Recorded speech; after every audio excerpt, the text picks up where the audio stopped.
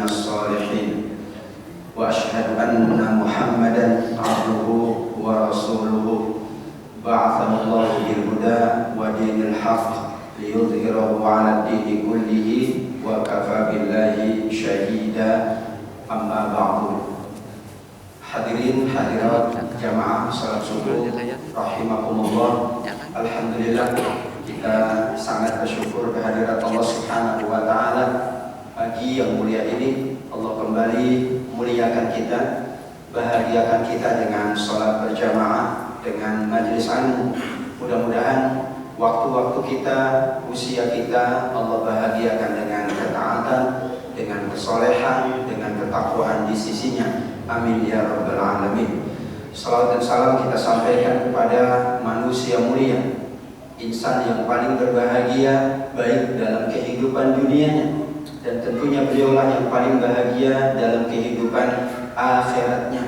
Kita ingin menjadi manusia yang paling berbahagia di dunia, juga ingin menjadi manusia yang paling berbahagia di akhirat. Karenanya tiada kata lain melainkan kita berusaha mengamalkan sunnah-sunnahnya dalam berbagai aspek kehidupan, karena kehidupan beliau juga bervariasi dan beliaulah contoh terbaik dalam semua kehidupan manusia sepanjang zaman. Mudah-mudahan dengan demikian kita layak mendapatkan hasanat fid dunia, kebaikan-kebaikan di dunia dalam beragam bentuknya, dan hasanat fil akhirah, kebaikan di akhirat kelak. Amin ya rabbal alamin.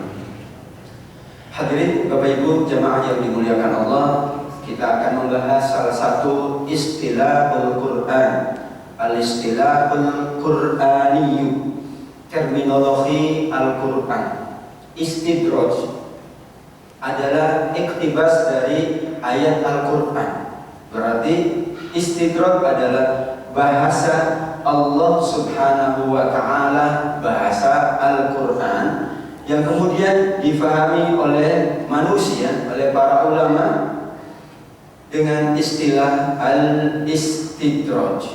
Kenapa kita katakan begitu? Karena awalnya kata istidraj ini berasal dari dua ayat, Al-A'raf 182, kemudian Al-Qalam ayat 44. Walladzina kadzdzabu biayatina sanastadrijuhum min haitsu la ya'lamun. Koma pindah-pindah. Kemudian surat Al-Qalam ayat 44, fadharni wa may yukadzibu bihadzal hadits sanastadrijuhum min haitsu la ya'lamun. Istidraj berasal dari dua ayat ini, sanas tadrijuhum.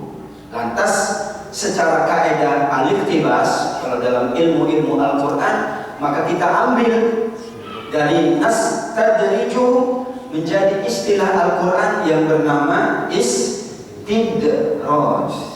Mungkin kita sering dengar istidraj, wah fulan sedang diistidraj oleh Allah, paling hartanya istidraj, paling pangkatnya istidraj, yang paling khawatir saya ilmunya istidraj. Tentu tidak tepat jika kita tidak merujuk ayat-ayat Al-Quran yang pertama kali mempopulerkan istilah ini. Kita kadang-kadang menganggap itu istilah manusia, padahal itu istilah Al-Quran. Kita hanya menjalankannya dan kemudian memahaminya sesuai dengan kaedah-kaedah yang berlaku dalam ilmu Al-Quran. Kita katakan istidraj itu kalau demikian adalah salah satu dari af'al Allah, perbuatan Allah yang Allah tunjukkan kepada manusia yang ingkar, yang durhaka. Berarti orang yang kafir tidak perlu khawatir, karena alamat yang ditujukannya bukan kepada at-ta'in, bukan kepada as-salihin, bukan kepada al-muslimin, apalagi kepada al-mujahidin. Ditujukannya kepada al-munkirin, orang yang ingkar, al-mujrimin, para pelaku dosa, al-mufsidin, para perusak. Kenapa? Karena itulah yang dikatakan juga oleh Allah Subhanahu wa taala, walladzina kadzdzabu biayatina. Jangan salah alamat. Alamat yang ditujukan oleh Allah dengan terminologi istidraj itu adalah al-munkiri, kelompok yang mungkar, al-mujrimin, para pelaku dosa, apalagi Pak, al-al yang lain ya, al-mufsidin, para perusak. Kenapa? Karena begitulah ayat berbicara, sehingga kita tidak mudah mengalamatkan kata ini kepada siapapun, karena ini af'al Allah, perbuatan Allah. Kadang-kadang kita yang mendikte perbuatan Allah. Ini harusnya fulan ini begini lah.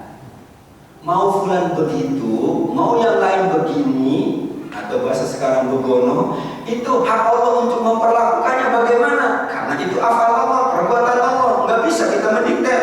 Harusnya semua nabi dimanjakan oleh Allah, semuanya seperti Nabi Sulaiman. Enggak juga.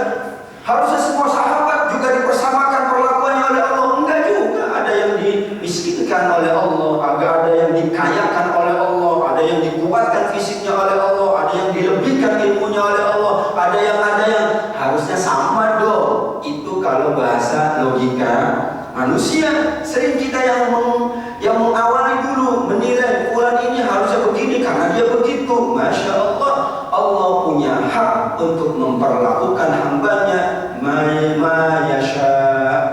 Hak Allah, kehendak Allah, karena ini termasuk min af'alillahi tabaraka wa ta'ala. Ya, kita punya kewajiban untuk menasihati, mengingatkan, tapi pada hasil akhirnya karena itu af'alullah, maka kita tidak bisa kemudian mengalamatkan satu keadaan, satu kondisi kepada kelompok tertentu. Kenapa?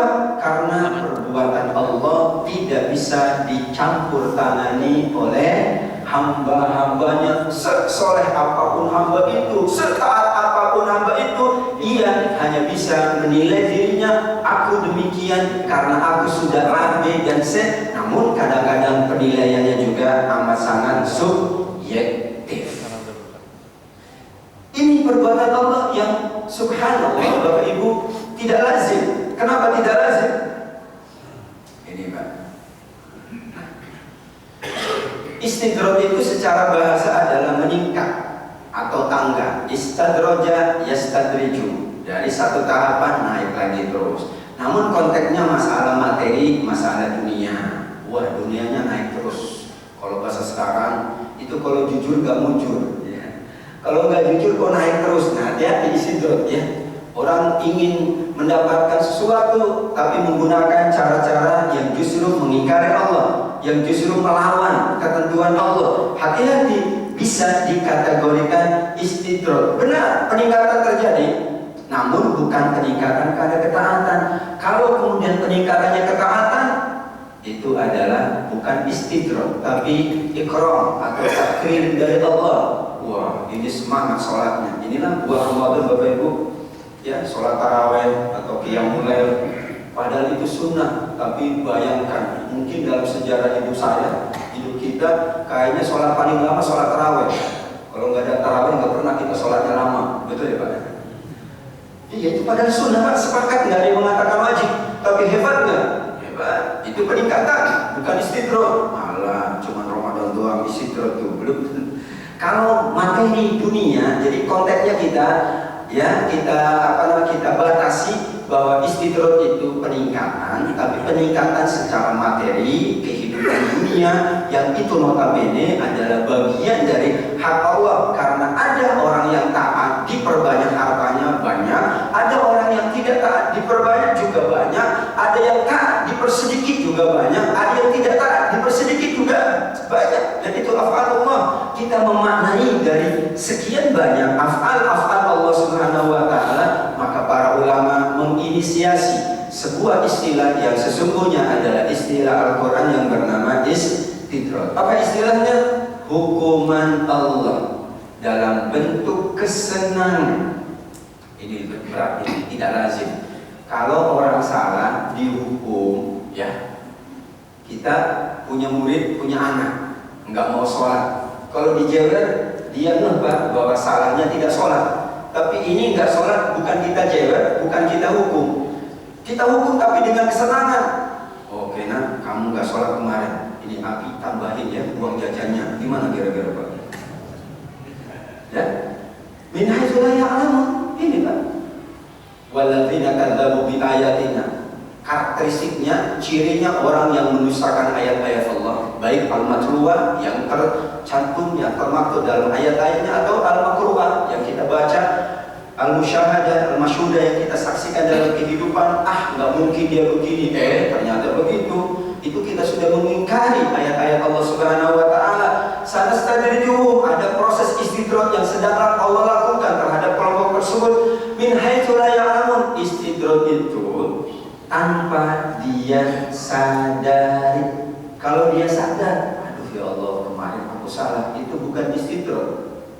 Karena dia menyadari. Justru hukuman dengan kesenangan, dengan kemewahan, dengan fasilitas, dengan sarana-prasarana, dengan terus naik terus karirnya, lancar, tidak ada persoalan, tidak ada halangan. Namun atas kemaksiatannya, kedurhakannya, keingkarannya, maka dikhawatirkan itu termasuk dari indikasi al-istidraj. Tadi ilustrasinya gitu. Kalau kita menghukum orang tapi dengan kesenangan, ini orang itu salah Pak, kok malah dinaikin pangkatnya, itu istidraj. Harusnya kalau salah dihukum, diturunkan pangkatnya, begitu. Harusnya dia semakin dikurangi jatah-jatah kehidupannya agar dia sadar. Kenapa?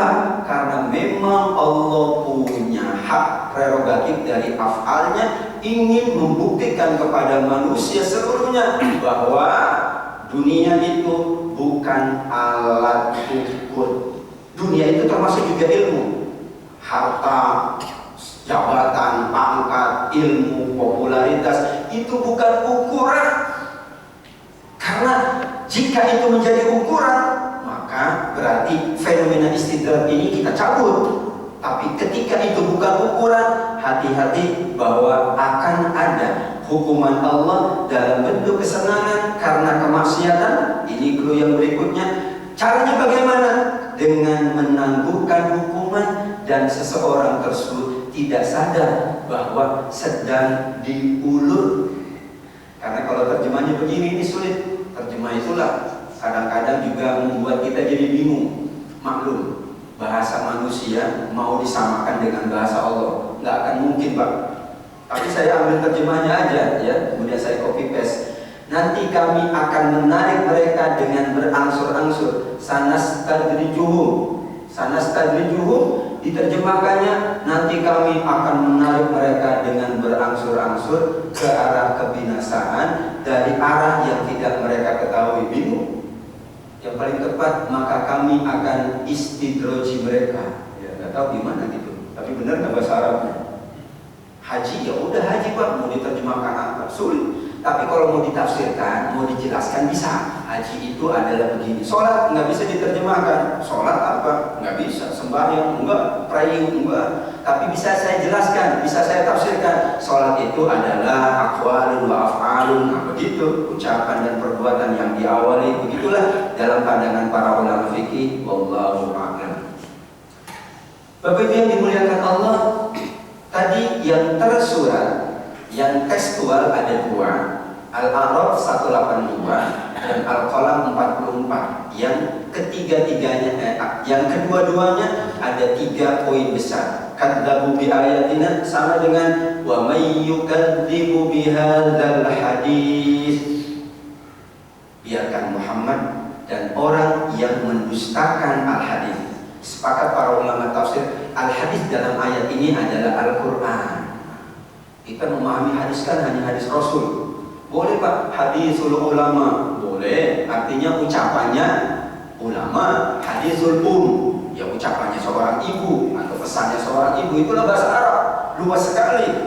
Di sini maknanya al-hadis bukan sabda Rasul, bukan ucapan Rasul, tapi maksudnya adalah kalamullah. Karena sesuai dengan yang di atas, walladzina kadzdzabu bi ayatina, sama dengan wa yukadzibu bihadzal hadis. Sulit memang bahasa Arab itu, nggak bisa serta-merta juga demikianlah maknanya. Enggak, kita lihat dulu bagaimana konteksnya, bagaimana korelasinya, bagaimana hubungan antara ayat dengan ayat yang lain.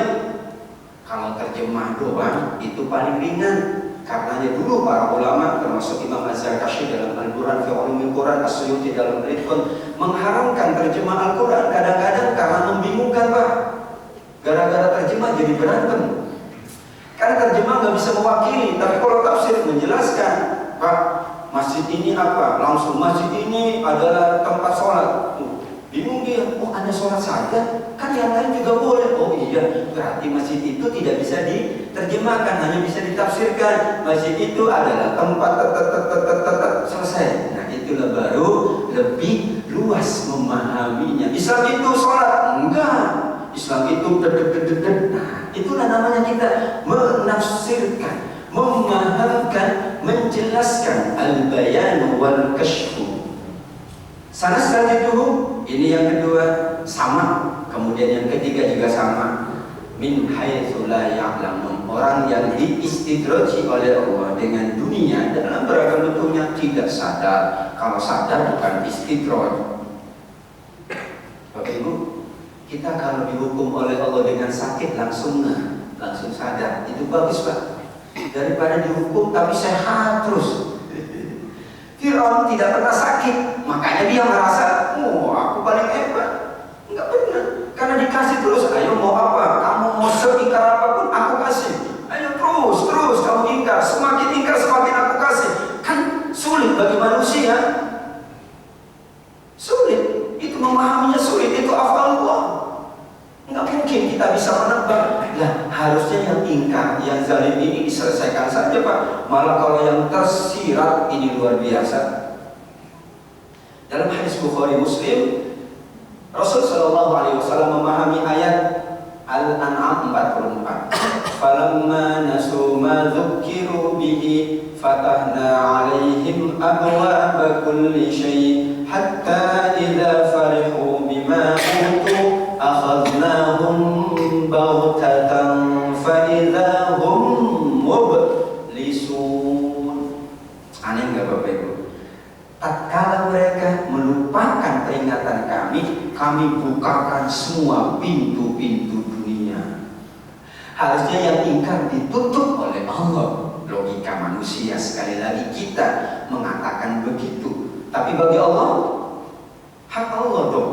Yang taat aku giniin, terserah. Yang maksiat aku giniin, siapa yang turun?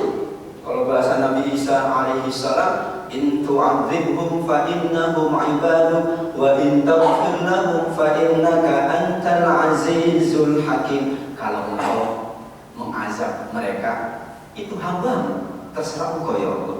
Tapi kalau Allah engkau mengampuni, nah engkau lah yang maha perkasa lagi maha bijak. Dia menyerahkan sepenuhnya, Pak. Sekian banyak kesyirikan oleh umat Nabi Isa alaihi salam. Kalau bahasa Nabi Isa, manusia seperti kita, Allah hukum aja langsung. Enggak, dia serahkan. Kalau engkau binasakan, mereka juga hambamu. Mau diapain juga mereka hambamu. Tapi kalau engkau ampuni, engkau maha perkasa lagi maha bijaksana. Itu di akhir surat Al-Ma'idah. Rasul sallallahu alaihi wasallam mengatakan, "Idza ra'aita ar-rajula yu'ti min ad-dunya 'ala ma'asihi fadzalika istidraj." Ini catatan dari Rasul sallallahu alaihi wasallam yang menjelaskan ayat tersirat, yang tersurat dua. Ini yang tersirat. Bahkan semua ayat yang berbicara termasuk yang dibaca oleh tadi imam. Numatti'uhum qalilan tsumma nadharruhum ila 'adzabin ghalidh. Kami beri kesenangan dulu dong. Cuma natrohum, terus kami paksa, kami dorong dia kepada azab yang itu pelajarannya. Dikasih dulu. Ibaratnya kalau gimana ya? Ini intermezzo aja kalau di pesantren gitu, Pak. Kami dulu di pesantren kan gitu ya. Jadi makan, nyuruh makan tapi kayaknya sambil marah. Makan. Kalau habis makanan, gitu ya. Jadi aneh. Ini sesuatu yang memang tidak lazim, sehingga kita harus memahami benar.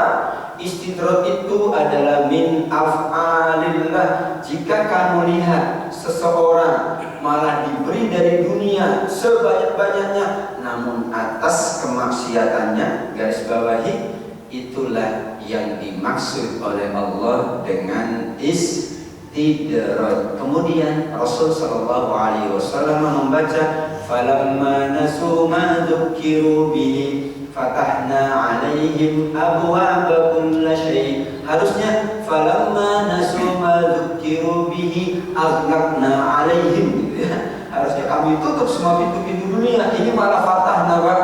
Aduh, gimana kira-kira kita memahaminya? Fenomena sekarang, masya Allah, semakin terbuka. Ini yang taat kok digituin, yang tidak taat, yang maksiat kok malah.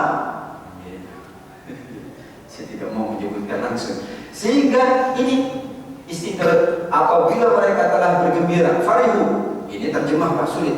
Farihu itu gembira yang betul-betul sangat berlebih-lebihan. Farihu, kalau gembira, bahagia, surur, bagus. Sururun tudkhiluhu fi qalbil mu'min. Kebahagiaan yang kau masukkan kepada seorang yang beriman, itu adalah sebuah hal yang sangat mulia di sisi Allah. Tapi farhun la tafrah, innallaha la yuhibbul farhi. Al-Qasas 70 berapa? 76. La tafrah, jangan gembira tapi berlebih-lebihan. Al-Farah begitu. Di sini ketika sudah sampai puncak kegembiraannya, kalau bahasa sekarang apa ya? Apa itu Pak kalau orang gembira senang Pak? Apa namanya? Euforia. Udah sangat euforia. Wah itu ya. Jadi kalau sekedar senyum dikit, ntar dulu. Ketawanya banyak, ntar dulu ini. Belum. Ntar kalau sudah euforia, sudah melanggar, sudah seenaknya, barulah ya, apa kata Allah Subhanahu wa taala, akhadnahu, kami siksa mereka dengan sekonyong-konyong, dengan tiba-tiba, tanpa pemberitahuan lebih awal. Kenapa? Agar mereka terdiam, berputus asa mendapatkan ampunan Allah. Apa yang dikatakan? Inilah yang dikatakan oleh Rasul sallallahu alaihi wasallam dalam hadis Bukhari Muslim juga. Innallaha ta'ala la yumli lil-zalimi hatta idza akhadahu lam yuflithu. Bapak Ibu, Allah menangguhkan hukuman kepada orang zalim sampai ketika Allah menghukumnya tidaklah ia dapat mengelak. Saya sebagai seorang dosen, mahasiswa saya tidak mengumpulkan tugas. Ketika saya akan hukum, dia berargumentasi, mohon maaf Pak, laptopnya hang. Saya masih mungkin memaafkan? Mungkin, karena baru pertama dia melakukan kesalahan dan dia kemudian menyadari kesalahannya, bahkan dia minta maaf, Pak, mohon maaf. Bahkan sebelum saya tanya, saya tegur, dia minta maaf dulu, Pak, mohon maaf, komputernya tadi malam hang. Tapi 100 kali bilang hang, saya nggak percaya. Sekali bilang hang, udah 50 kali Pak masih hang juga, ini komputermu diganti, hang dulu. Yang hang bukan komputernya tapi dirimu yang hang, gitu kan? Yang hang alasannya hang dulu, ya sama dengan alasannya macet. Ya kalau sehari 2 hari, oke macet, kita maafkan. Ini tiap hari macet alasannya, udah tahu macet ya, cari solusi dong. Udah tahu macet, jadi setiap kali datang, kenapa nambah macet Pak? Nah ini yang udah yang keberapa kali bilang macet. Cari alasan lain yang bisa diterima. Bingung kan dia nyari alasan. Wah begitulah, tidak bisa mengelak Pak. Karena sudah dikasih kesempatan bertobat dan sudah pada tataran yang paling tinggi, sudah euforia, sudah kadang-kadang bangga dengan kemaksiatan, kadang-kadang tidak menyadari bahwa itu kesalahan. Bentuk istidraknya amat sangat berat karena Allah menangguhkan, diberikan segala fasilitas, sarana prasarana atas kecurangannya, atas kezalimannya, kemaksiatannya. Kemudian pada saat Allah hukum, enggak bisa dia menolak, mengelak. Kalau baru sedikit, kita masih punya peluang bertobat dan Allah memaafkan. Namun kalau terus-menerus dan tidak mau menyadari, diingatkan oleh A, oleh B, diingatkan oleh keadaan, diingatkan oleh semuanya, kok masih belum juga mau menyadari kesalahannya, hati-hati. Itulah istidraj dari Allah Subhanahu wa Ta'ala. Dalam pandangan Imam Sa'di, istidraj adalah penangguhan hukuman untuk beberapa waktu saja. Cuman kan kadang-kadang kita yang gemes, ini yang gemes itu hambanya ya. Kayaknya udah saatnya dia itu begini. Kita yang gemes, Pak. Allah, Masya Allah ya, namanya juga ya, itu hak Allah Subhanahu wa Ta'ala. Kita yang gemes gitu ya. Kita lihat anak kita juga gemes banget. Nah, kamu ini kapan sih sadarnya? Lah, gimana Bapak Ibu? Benar, tanggung jawab kita kepada anak besar. Tapi ketika kita sudah sekian banyak upaya ikhtiar, namun juga tidak, maaf, kadang-kadang takdirul ab laisa huwa takdirul ibn. Takdir anak kita bukan takdir kita.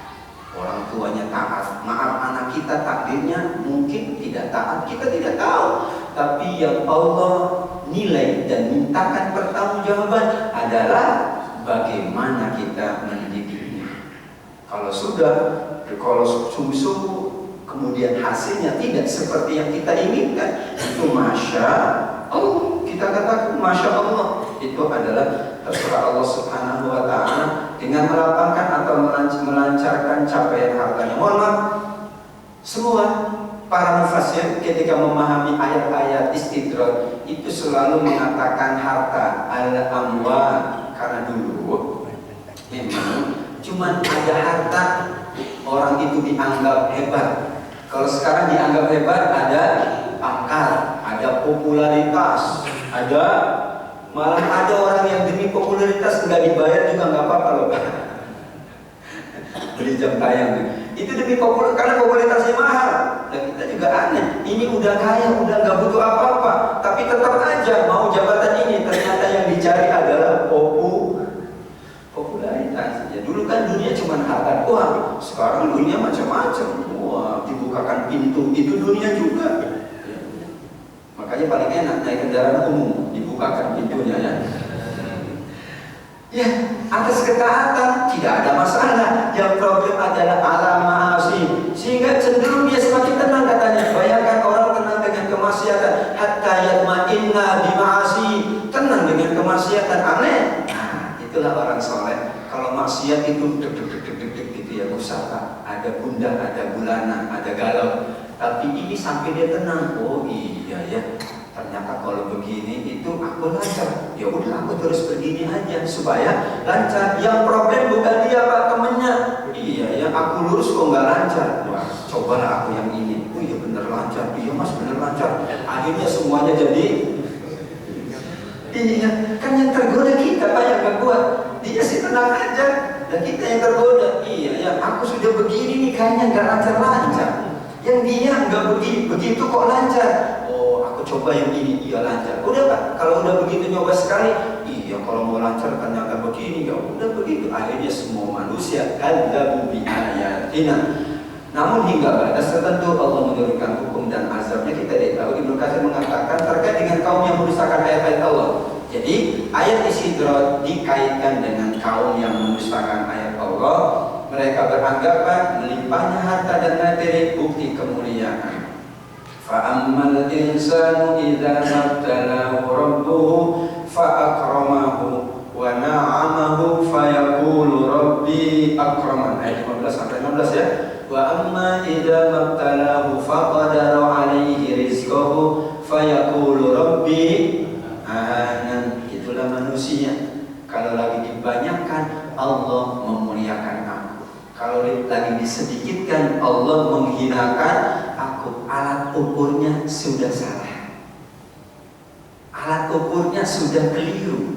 Kalau banyak mulia, kalau dikit bukan hina, tapi Allah yang menghinakan juga. Lah, ini sudah keliru dari alat ukur. Karenanya hikmatul istidraj adalah alat ukur kemuliaan itu bukan dengan dunia, tapi dengan capaian ketaatan. Capaian dunia itu hak Allah. Yang maksiat juga bisa mencapai dunia sampai batas tertinggi sekalipun. Namun kalau capaian akhirat, capaian ketaatan itu adalah kemuliaan. Allah luruskan itu persepsi manusia. Fa'ammal insan, meskipun sebagian ulama tafsir mayoritas mengatakan al-insan di sini al-kafir, itu paling gampang kita nuduh begitu.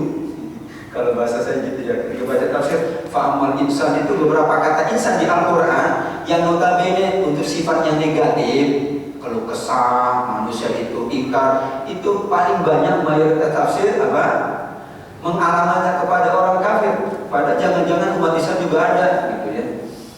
Supaya jadi oh iya, aku mah tidak termasuk. Padahal kadang-kadang ada juga gitu ya persepsi negatifnya. Kemungkinan ada 3 manusia, banyak harta, sedikit harta, banyak kemuliaan, sedikit hina. Atau sebaliknya juga ada, kalau banyak merasa hina, kalau dikit merasa mulia. Aku gak mau banyak-banyak. Padahal itu hak dia. Padahal dia diberikan kesempatan. Padahal dia sukses dagangnya dan memang dagangnya dengan jujur, enggak melakukan, tapi dia enggak mau untuk menjadi kaya. Itu juga persepsi yang salah sesuai dengan surah Al-Fajr tadi. Yang benar, ketika Allah memperbanyak fa'akramahu wa na'amahu fayaqulu akraman wa amma idza mabtalahu faqadara alaihi rizqahu fayaqulu rabbi akraman juga Pak. Iya, sahabat Utsman bin Affan akraman. Bilal bin Abi Rabah akraman juga, nggak punya apa-apa tapi akraman kan gitu. Karena dunia itu kalau atas ketaatan baik. Ini umat Islam nggak mau dunia, akhirnya yang megang siapa? Jadi kita ahanan, kita yang dihinakan. Karena itu hak kita. Innal arda yarithuha ibadiyas solihun. Umat Islam malah berantem antara sesama mereka sendiri. Masya Allah, bagaimana ini? Ketika banyak akroman, bagaimana ketika sedikit akroman? Alat ukurnya apa? Ketaatan. Ni'mal malus solihi biyadi ar-rajulis solihi. Sebaik-baik harta kalau di tangan orang yang soleh. Ada masjid beraksi kalau di tangan orang soleh. Ya. Ada infak sekian kalau di tangan orang soleh. Kalau di tangan orang yang jahat, ada kafe, ada bar, ada apa Pak? Ada narkoba. Ya. Masya Allah. Ini pilihannya ada di tangan kita. Sehingga memenuhi istidroj, jangan kemudian serta-merta juga kita batasi. Kalau itu sebuah kebaikan dan merasa kita yakin bahwa itu alat untuk kita menuju kebaikan, maka itu adalah bentuk kemuliaan dari Allah. Yang kedua, agar tidak ada alasan menolak dari azab Allah. Subhanallah, Allah Maha Bijaksana Pak. Sebelum menghukum itu Allah mempersilahkan kita untuk berargumentasi. Kalau dalam bahasa hadis Bukhari, nanti hari kiamat iqtasso ba'duhum ba'du, saling meminta kisos. Ya, dan Allah akan bertanya, kamu kenapa? Aku begini gara-gara fulan. Nanti ditanya lagi fulan, betul kamu membuat dia begitu? Ya, aku kan cuma ngasih tahu, dia ikut-ikutan ya Allah. Oke, nanti dia lagi diterusi Pak, sampai yang otaknya ini siapa gitu, ujungnya gitu Pak. Kita sebatu ya, makanya di surat Al-A'raf kan gitu, wa qala awliya'u, yang satu menyalahkan yang lain, kata Allah semuanya salah. Enak sekali kalian menyalahkan antar kalian, tapi di situ mereka saling menyalahkan, saling menggugat, saling. Kalau bisa yang itu, yang temannya, yang kelompoknya itu kalau bisa bayangkan. Makanya al-akhillau yawma idzin ba'duhum li ba'din aduwwun illal muttaqin. Sahabat karib di dunia nanti akan menjadi musuh yang sangat ingin temannya celaka, kecuali orang yang bertakwa. Mana dia ingin temannya bahagia.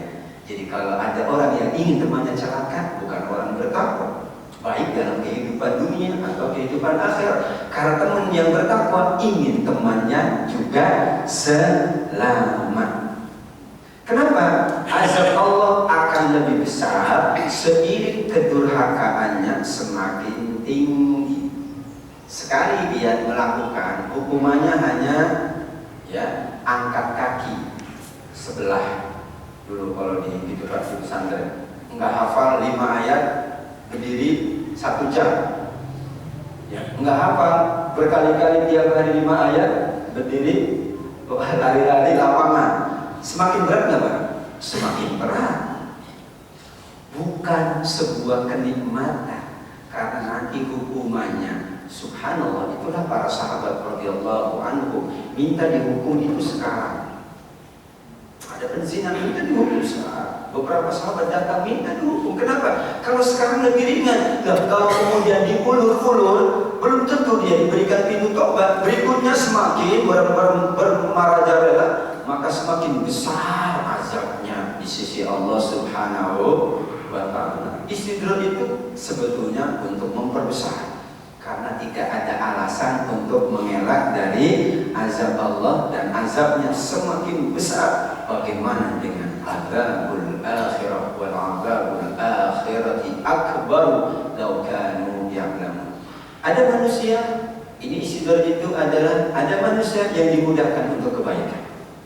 Fasilitas-fasilitasnya, sarana-sarananya justru untuk kebaikan. Fasanu yassiruhu lil yusra. Namun ada kelompok kedua dimudahkan untuk kesulitan. Namun Ibnu Abbas mengatakan al-yusra adalah al-khair, al-usra adalah asyar. Dimudahkan untuk kebaikan. Semua kemudahannya untuk kebaikan. Namun pada masa yang sama ada juga semua kemudahannya untuk kemaksiatan.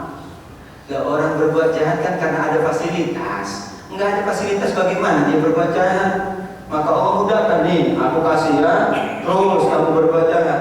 Yang taat juga, nih aku kasih fasilitas, sekian banyak dana, sekian banyak sarana-prasarana, tapi dia dimudahkan untuk melakukan ketaatan. Istidraj, hikmah yang ketiga, Allah ingin membagi manusia dengan kemudahan dunia, dengan sarana-prasarana. Apakah digunakan untuk al-yusra? Kata Imam Ibnu Abbas, kata sahabat Abdullah bin Abbas, adalah artinya al-khair, atau justru digunakan untuk al-usra. Dalam tafsir As-Sa'di beliau mengatakan nusahhila lahu amrahu, kami mudahkan semua urusannya untuk kebaikannya. Mau sholat, nggak ada halangan. Tapi kalau dikit-dikit ada halangan, hati-hati. Jadi kalau mau buat baik ada aja halangannya Pak. Mau sholat berjamaah ada aja halangannya gitu ya. Nggak jadi gitu ya. Itu halangannya. Ketika dimudahkan untuk kebaikan, maka dia dipersulit untuk kemaksiatan. Tapi ketika dipersulit untuk kebaikan, maka dia akan dipermudah untuk kemaksiatan. Enggak pikir panjang maksiat itu, ya. Kadang-kadang enggak memikirkan akibatnya. Itulah yang terjadi. Kalau dia memahami ayat ini dengan baik, maka tentu dia akan selalu berhati-hati. Jika kelancarannya karena kemaksiatan, maka dia harus khawatir. Orang beriman selalu khawatir bahwa itu istidraj. Namun jika atas ketaatan, maka itu anugerah Allah sebagai bentuk ikram, takrim dari Allah yang disegerakan. Ingat, balasan kebaikan bisa Allah segerakan, balasan kejahatan bisa Allah segerakan. Namun balasan kebaikan bisa Allah tangguhkan Pak. Kira-kira Bapak Ibu pilih yang mana Pak?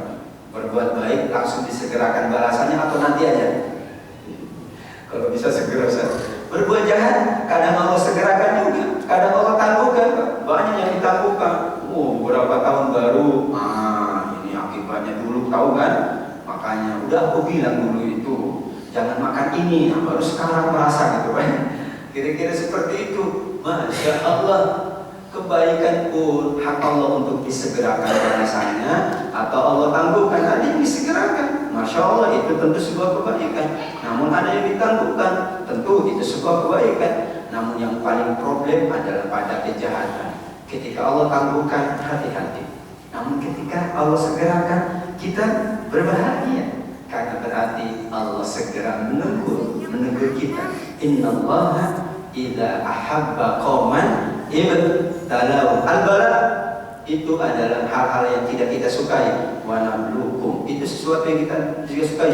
Wala nabluwannakum bi syai'in minal khawfi wal ju'i, kan tidak disukai oleh manusia.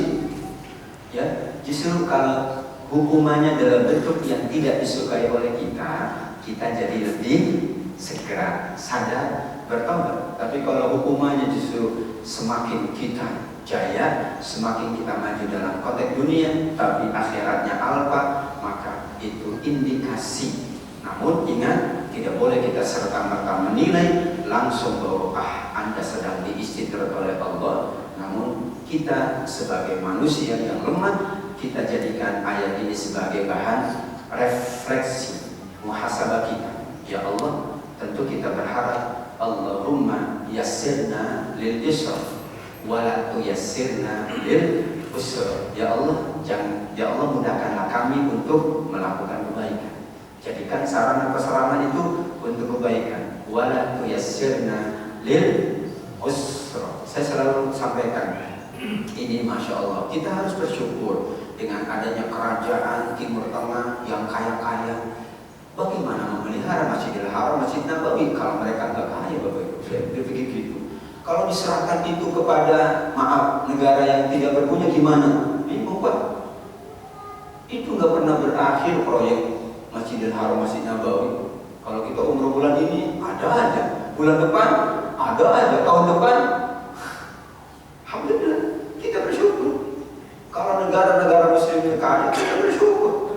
Ini malah kalau yang negara Muslim kaya, kita malah bingung. Malah kita sungguh sangat bangga dengan negara yang biasa saja. Kita sebagai Muslim berharap semua kebaikan Allah, anugerah dunia Allah adalah untuk kebaikan kita, untuk kemudahan. Karena tanpa ada itu berat kita untuk menunaikan kebaikan. Kalau tidak ada AC di masjid ini, juga kita merasa tidak nyaman misalnya sholat dengan baik, iktikaf dengan baik. Dengan ada kemudahan itu, itulah indikasi bahwa kita sedang dimudahkan oleh Allah untuk kebaikan. Allahumma yassirna lil yusra wala tuyassirna lil usra. Enak kalau orang mau berbuat jahat ketahuan itu paling enak. Kenapa? Nggak jadi dia. Kalau mau buat jahat ketahuan terus, itu alhamdulillah Pak, bersyukur. Jangan malah pun ketahuan nggak jadi ya. Tapi kalau berbuat baik nggak ketahuan, bagus ya. Tapi kalau berbuat jahat ketahuan, bagus. Kalau berbuat baik nggak ketahuan, bagus. Berbuat jahat ketahuan, bagus. Jangan sebaliknya, berbuat baik ketahuan, bagus. Berbuat jahat nggak ketahuan, bagus. Orang sekarang gitu, kalau jahat nggak ketahuan, bagus nih, ketahuan kan, tenang. Tapi kalau berbuat ketahuan malah seneng. Sebaliknya, kalau berbuat baik nggak ketahuan, bagus. Tapi kalau berbuat jahat, maksiat, ketahuan malah bagus. Karena kita segera insya, segera kita sadar, kemudian berusaha untuk memperbaiki diri. Ini saja Bapak Ibu, majelis kita pada pagi yang mulia ini memahami, mentadabburi ayat-ayat Allah tentu adalah sebuah kemuliaan. Afala yatadabbaruna Quran. Mudah-mudahan semua yang kita lakukan dicatat sebagai pemberat timbangan kelak di yaumil qiyamah. Amin ya rabbal alamin. Mohon maaf apabila ada hal yang kurang berkenan. Ada beberapa waktu untuk tanya jawab. Ya Pak Salahuddin, dipersilakan jika ada yang ingin menyampaikan sesuatu, menambahkan, mengoreksi dan lain sebagainya. Aku qouli hadza wa astaghfirullah li wa lakum. Assalamualaikum warahmatullahi wabarakatuh.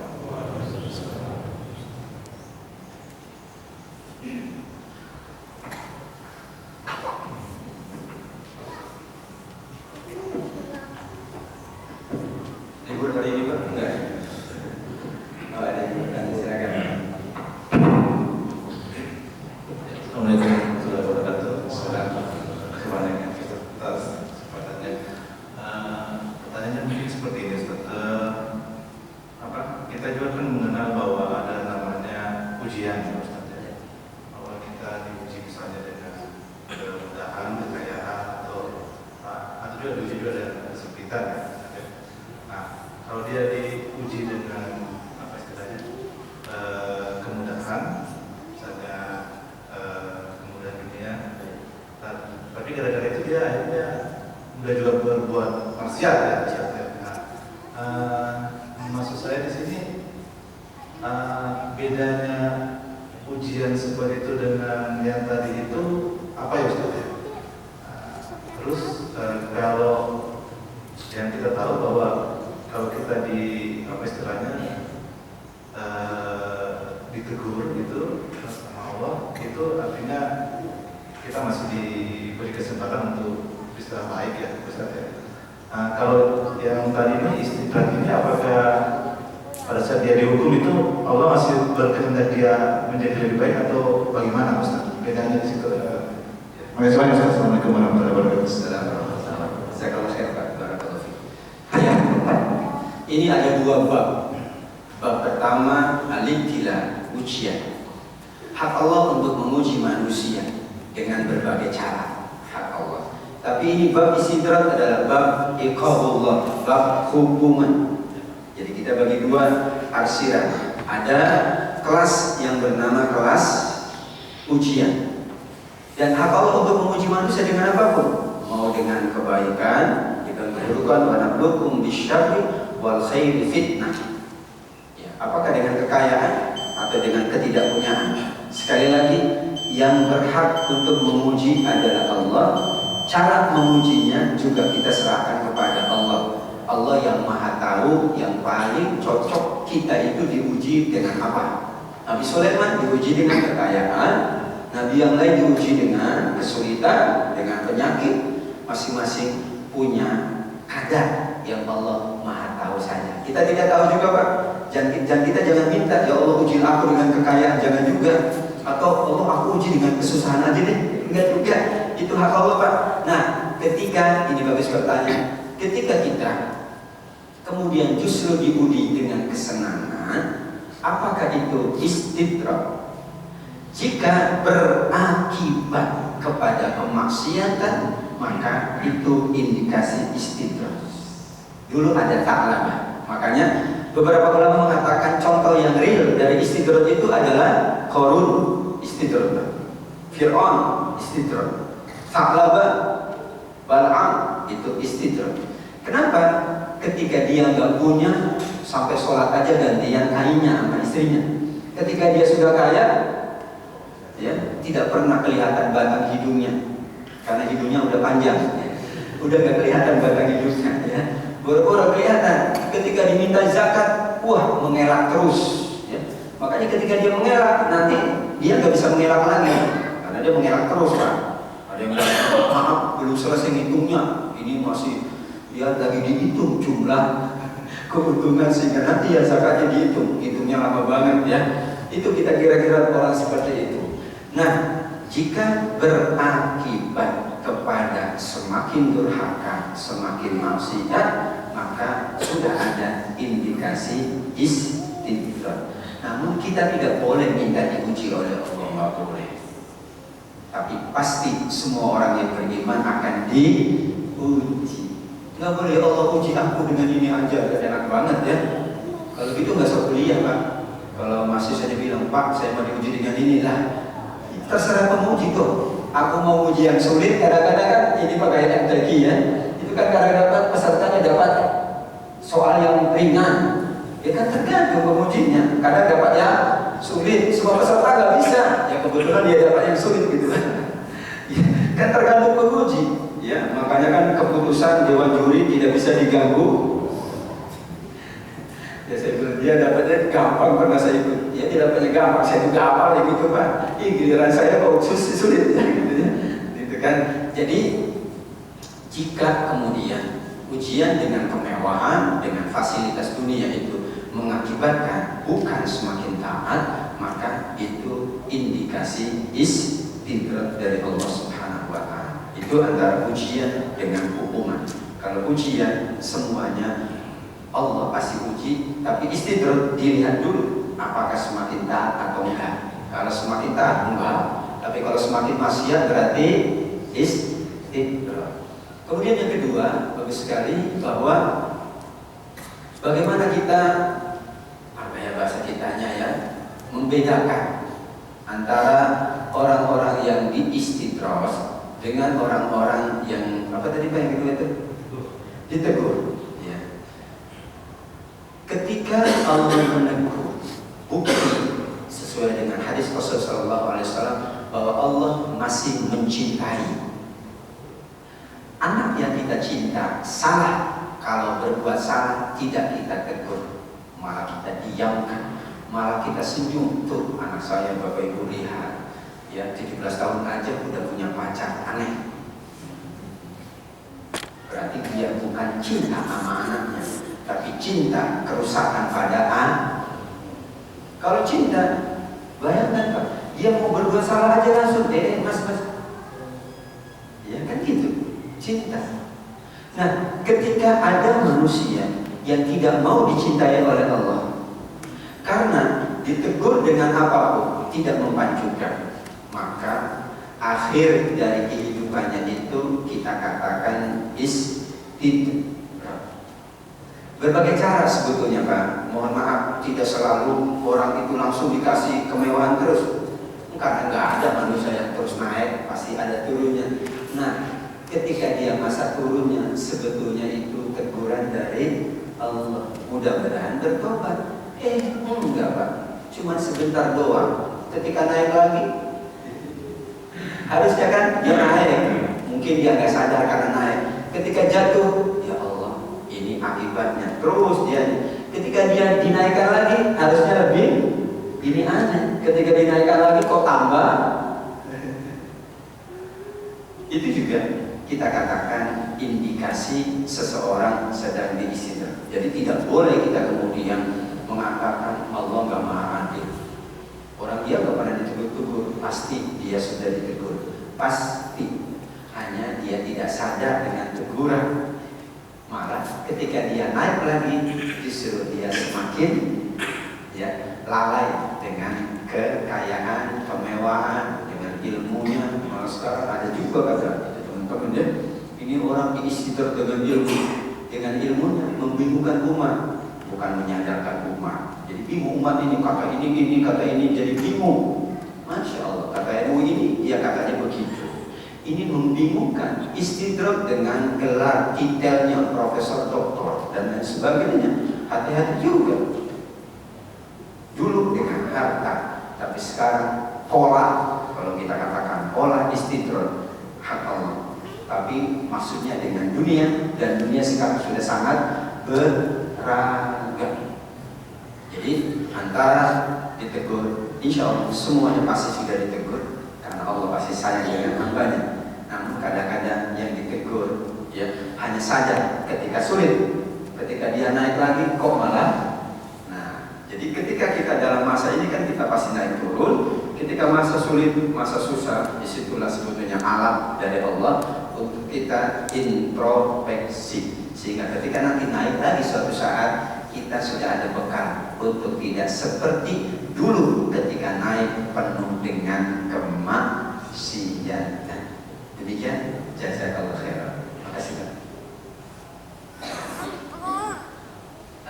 Ada ini Pak Salahuddin Fadl yang di belakang dulu Pak ya. Tadi angkat tangan dulu Pak. Silakan Pak.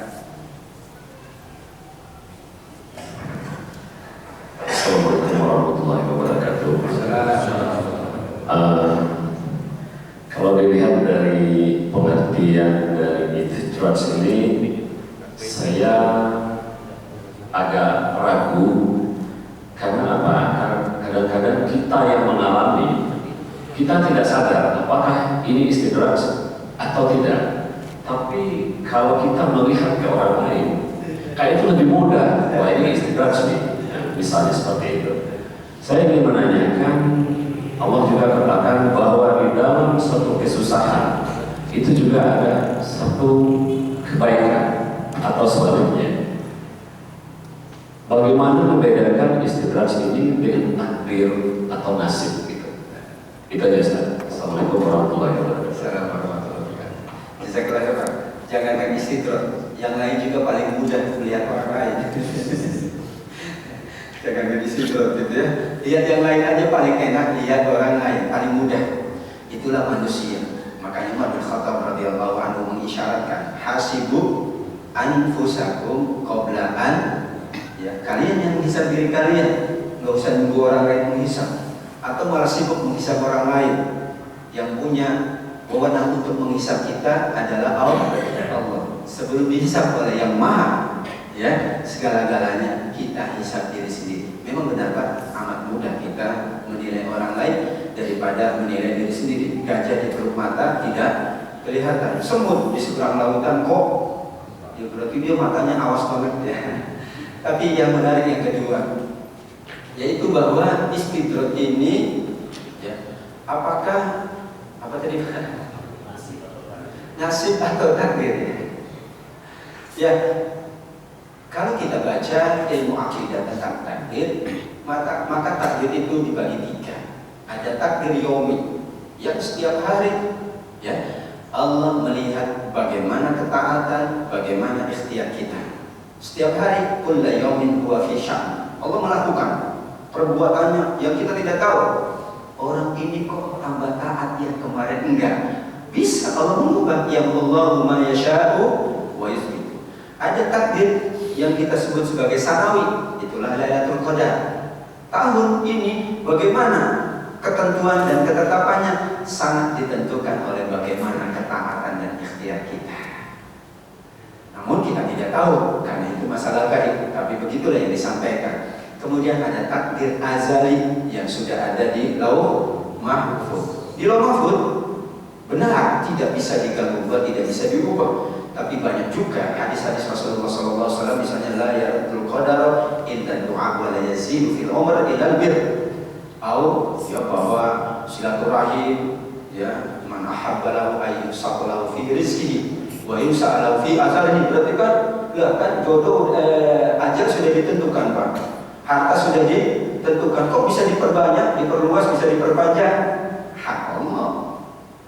Takdir itu harga mati bagi manusia, tapi tidak bagi Allah Subhanahu wa Ta'ala, karena Allah Maha segala-galanya.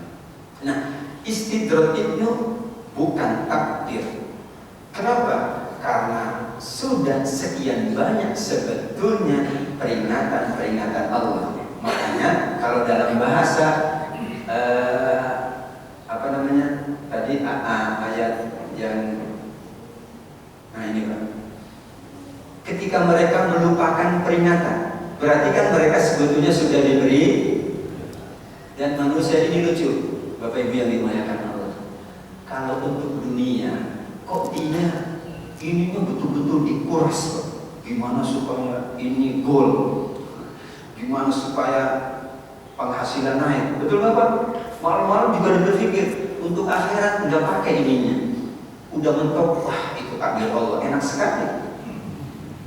Ketika dunia dia coba, oh plan A, plan B, ini kalau ini mentok ini, mestinya akhirat ini kalau mentok ini nih. Kalau aku puasanya nggak bagus, aku perkuat infak kain sedikit, aku perkuat etika, kan gitu mestinya planningnya. Jadi tidak ada alasan. Memang waqala alladziina asyraku law syaa Allahu ma asyrakna. Orang musyrik selalu berargumentasi, Allah aku musyrik karena engkau takdirkan. Enak kali kau. Aku beri ini, aku beri sekian banyak ayat-ayatku, aku berikan petunjuk, aku berikan peringatan. Jadi istidrak bukan takdir, karena sebetulnya peringatan sudah sangat banyak, hanya mereka melupakan peringatan Allah. Nah, peringatan kan bentuknya tidak tahu kita. Tiba-tiba klub kita sakit, itu peringatan. Tapi klub tiba-tiba keluarga berantakan, peringatan. Tiba-tiba kok teman-teman memusuhi, peringatan. Dan banyak sekali peringatan-peringatan. Yang paling tinggi peringatan itu adalah lihat tubuh kita semakin tidak berdaya, semakin usia. Dulu bisa lari 10 km, sekarang 1 km aja itu harus pakai kursi roda larinya, ya. Kalau toa gitu. Itulah sebenarnya peringatan, ya, peringatan dengan beralih dari dunia hitam menjadi dunia putih, ya. Itu juga banyak sekali peringatan yang karenanya tidak mungkin Allah tidak mengawali istidrak itu dengan peringatan, namun kita tidak tahu bentuk peringatannya. Wallahu a'lam. Demikian, terima kasih Bapak. Satu lagi ya. Ya, Assalamualaikum warahmatullahi wabarakatuh. ada satu case Ustaz. Jadi ada seseorang, ini kisah nyata. Ada seseorang yang diberikan kelebihan kemewahan oleh Allah. Sekian lama dia diberikan kemewahan tapi masih bermaksiat. Nah, suatu saat dia mendapatkan taufik hidayah sehingga dia bertobat, tapi diberikan peringatan dulu. Usahanya, kemewahannya jatuh hancur. Nah, pada saat dia taat, pada saat dia bertaubat nasuha, Allah kembalikan kekayaan itu. Nah, tapi dia nggak mau ngambil itu karena takut, kekhawatiran dia akan jatuh ke kemaksiatan tadi. Akhirnya dia zuhud. Itu bagaimana Ustaz? Mohon. Subhanallah. Jazakallahu khairan. Zuhud itu sekalian, ada zuhud yang syar'i, ada zuhud yang bid'ah. Seorang yang zuhud hanya bisa diketahui kalau dia punya segala-galanya, Pak. Kalau dia nggak punya segala-galanya, gimana bilang zuhud? Ya memang harus begitu. Kita puasa karena nggak punya apa-apa, itu biasa. Meskipun itu sunnah Rasul Sallallahu Alaihi Wasallam. Tapi orang puasa padahal dia punya apa-apa, hebat. Betul nggak? Nabi Daud jago puasa pada raja, pasti makanan babalatak di mana-mana. Orang nggak punya puasa wajar, Pak. Meskipun sunnah Rasul, ujiannya tidak terlalu. Tapi ini makanan ada, tapi kita menahan diri untuk tidak puasa, hebat. Kekayaan banyak, tapi dia mampu tidak tergoda dengan kekayaan, tentu lebih hebat dari orang nggak punya apa-apa, kemudian dia bisa bertahan. Anak yang di pesantren bisa baik wajar, godaannya dikit. Makanya kata Rasulullah SAW, al-mu'minu alladhi yukhalifun nas wa yasbiru ala adahu khairun minal mu'mini alladhi la yukhalifun nas wa la yasbiru ala adahu. Kalau dia di masjid terus panjang hidupnya menjadi baik, wajar. Tapi mukmin yang terbaik bukan itu, yang berinteraksi dengan manusia dan dia tahan, tidak tergoda dengan keburukan manusia. Makanya Rasul dengan siapapun bersahabat. Kalau mau Rasul udah diam aja di masjid dia, nggak usah punya keluarga. Kan ada 3 sahabat, ya Rasul, melihat hebatnya Rasul, aku tidak akan menikah, pokoknya aku membujang selama-lamanya biar nggak tergoda. Aneh banget. Aku tidak akan tidur, aku sholat malam. Aku tidak akan makan, aku puasa. Kata Rasul, yang baik kan aku, bukan kamu. Aku yang terbaik. Kalau mau contoh, faman ragiba an sunnati pada sebini, aku makan, aku juga puasa. Aku tidur, aku juga bangun malam. Aku juga menikahi wanita. Siapa yang tidak ikut sunnahku, bukan golongan aku. Nah, sunnah itu makan juga sunnah, Pak. Bukan hanya puasa, menikah juga sunnah. Yang lain juga sunnah. Sunnah ini banyak kan bahasanya kan. Faman ragiba an sunnati, apa sunnah? Makan juga sunnah, tidur sunnah. Kecuali waktu ngaji ya, tapi tidur di sunnah kalau pada waktunya kan gitu. Kan sunnah itu ikut tuntunan. Kalau tidur ikut tuntunan sunnah, kalau makan ikut tuntunan sunnah, berkeluarga ikut tuntunan sunnah, bekerja ikut tuntunan sunnah, semuanya sunnah, berdagang ikut tuntunan sunnah. Kalau sunnah itu hanya dibatasi pada tertentu, enak para asatid. Pedagang itu sunnah kalau dia ikut tuntunan, pejabat itu sunnah kalau dia tuntunan. Semuanya indah sekali dalam kehidupan ini. Nah, namun kita katakan itu hak pribadi dia, manakala dia sudah mengalami hal yang pernah dia rasakan, maka hak dia untuk memilih the second opinion. Dulu ketika saya mewah, saya begitu, maka saya tidak mau menjadi lebih mewah. Ini pilihan. Namun yang kedua, kalau kemudian kita ingat sahabat Rasulullah SAW, Abdurrahman bin Auf radhiyallahu anhu, itu dia udah menolak sampai akhir kehidupannya, dicatat oleh bendaharanya, itu dia udah kasih semua orang, Pak. Tetap aja keuntungannya masih berlipat ganda. Sampai dia bingung, ini udah kasih semua, ini udah dikasih semua, tapi kok malah nambah. Berarti Allah punya punya kehendak. Tinggal pilihan kedua, tentu dia harus berakrab dengan manusia-manusia soleh. Maaf, ketika kita kaya dan samping kiri kanan kita tidak baik, kita akan tergiur.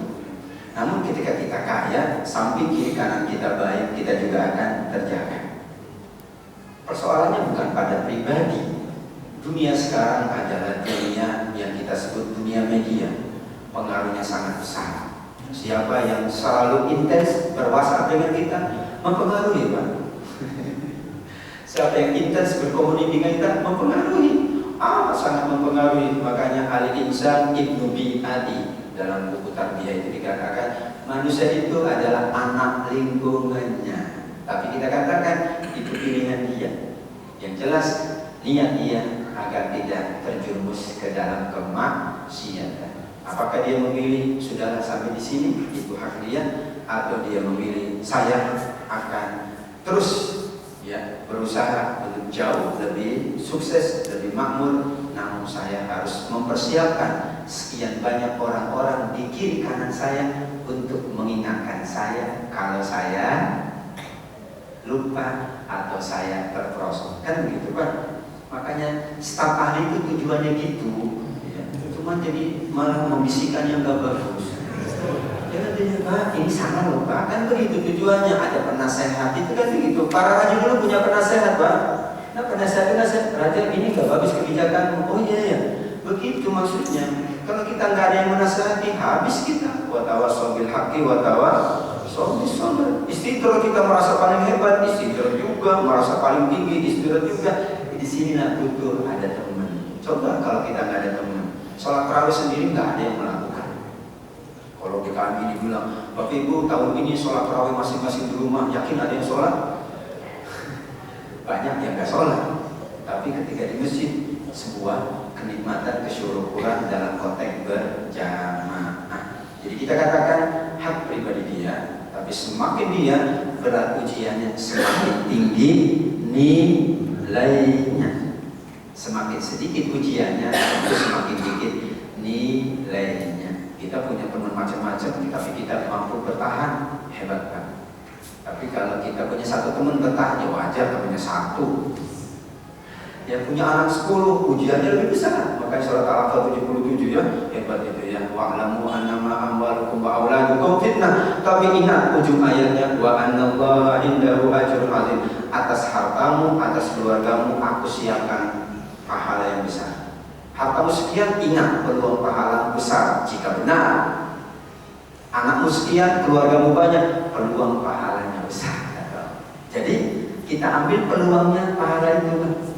Wah, Allah kasih ini. Padahal kalau lihat kerjaku biasa aja. Ya Allah, mudah-mudahan ini fasan yassiruhu lil yusr. Tapi masing-masing punya pilihan dan tidak ada yang bisa memaksakannya karena niatannya adalah ingin tidak terjerumus ke lubang yang sama 2 kali. Begitu kan pesan Rasul, janganlah seorang mukmin la yadabul mukminu fi juhrin marratayn. Jangan seorang beriman itu kembali terperosok pada lubang yang sama untuk kedua kalinya. Baik jamaah sekalian, jazakumullah khair. Mohon maaf apabila ada yang kurang berkenan. Mudah-mudahan majelis ini menghidupkan Ramadan kita dengan ketaatan di sisi Allah. Amin ya rabbal alamin. Hadan Allah ya Allah ajma'in. Subhanakallahumma wa bihamdika asyhadu an la ilaha illa anta astaghfiruka wa atubu ilaik. Assalamualaikum warahmatullahi wabarakatuh.